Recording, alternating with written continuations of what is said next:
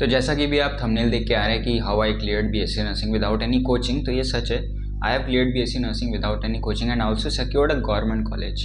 तो that's why I am here to share my strategy with you all कि कैसे कैसे प्रिपरेशन की मैंने और क्या क्या पढ़ना है। So let's start the video. सबसे पहले आपको अपने एग्जाम पैटर्न को देखना है कि आपका एग्जाम पैटर्न कैसा है, कैसे कैसे क्वेश्चन आ रहे हैं, कौन कौन से सब्जेक्ट हैं, तो पहले उनको आइडेंटिफाई करिए। For example BSc nursing entrance exam में आपके 6 सब्जेक्ट होते हैं, physics, chemistry, bio, nursing aptitude, English और जीके। हमने सबसे पहले सब्जेक्ट्स देखे। सब्जेक्ट देखने के बाद हमें इनकी मार्किंग देखनी है कि कितने नंबर का पेपर होने वाला है, कितना टाइम मिलने वाला है। तो बीएससी नर्सिंग एंट्रेंस एग्जाम में आपके 120 मार्क्स का पेपर होता है, जिसके लिए आपको 140 मिनट्स यानी कि 2 घंटा 20 मिनट मिलता है। ठीक है, अब आपको पता करना है कि अब इनमें क्वेश्चंस कितने कितने आते हैं। तो फिजिक्स, केमिस्ट्री, बायो, जीके, इनमें आपके 18 क्वेश्चंस आते हैं और जो आपका इंग्लिश और नर्सिंग एप्टीट्यूड होता है उसमें आपके 24 क्वेश्चंस आते हैं। ठीक है, यहाँ से हमें ये पता चलता है कि आपके जो सारे क्वेश्चंस हैं वो इतना ही इंपॉर्टेंट है, सारे इक्वली इंपॉर्टेंट है। तो जितना ध्यान आप फिजिक्स केमिस्ट्री पे दे रहे हो उतना ही ध्यान आप इंग्लिश और नर्सिंग एप्टीट्यूड पे भी दो।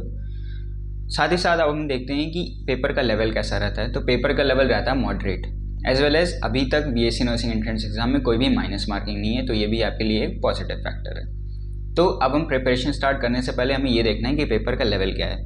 तो अगर हम फिजिक्स की बात करें तो फिजिक्स में आपका नॉर्मल थ्योरी से उठ के क्वेश्चंस आते हैं, जहाँ बहुत ज़्यादा डीप न्यूमेरिकल्स और बड़े बड़े कुछ सवाल नहीं दिखाई देते। केमिस्ट्री की बात करें तो केमिस्ट्री में भी आपके बेसिक कॉन्सेप्ट्स जो आपकी एनसीईआरटी थ्योरी बुक्स होती हैं या उससे पहले की जो बेसिक बुक्स होती हैं वहाँ से क्वेश्चंस उठ के आते हैं, कोई भी डिटेल रिएक्शंस आपसे नहीं पूछता है। बायोलॉजी की बात करें तो सेम यहाँ पे भी वही अप्लाई होता है कि यहाँ आपसे बेसिक क्वेश्चंस पूछेगा, बहुत ज़्यादा डीप जाके कोई डिटेल्ड क्वेश्चंस नहीं पूछता आपसे कि जिनमें आपका टाइम वेस्ट हो।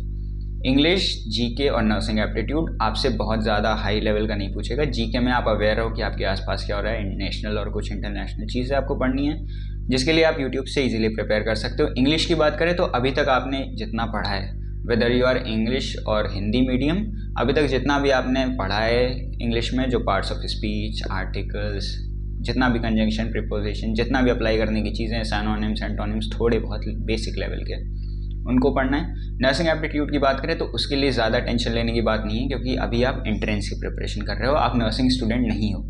तो नर्सिंग एप्टीट्यूड में भी आपको बेसिक चीज़ें पढ़नी है, जिसके लिए आप यूट्यूब से ईजिली प्रिपेयर कर सकते हो। मैंने भी सेम चीज़ें की थी। मैंने लास्ट के जो टाइम था 1-2 महीने में सिर्फ एमसीक्यूज़ प्रिपेयर किए थे। यूट्यूब पे बहुत सारे चैनल्स मिल जाएंगे, मैं यहाँ पे किसी का नाम मेंशन नहीं कर सकता, बट आपको यूट्यूब पे बहुत सारे चैनल्स मिल जाएंगे जिन पे आप जाके आप इजीली अपने एमसीक्यू प्रैक्टिस कर सकते हो। ठीक है, अब बात करें कि पढ़ना कहाँ से।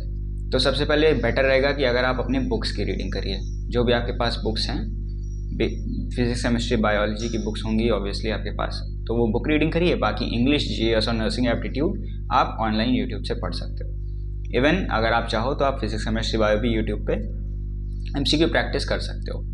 ठीक है, अब बात करते हैं कि अब हमें क्या क्या करना है। तो सबसे पहले आपको बुक पढ़नी है।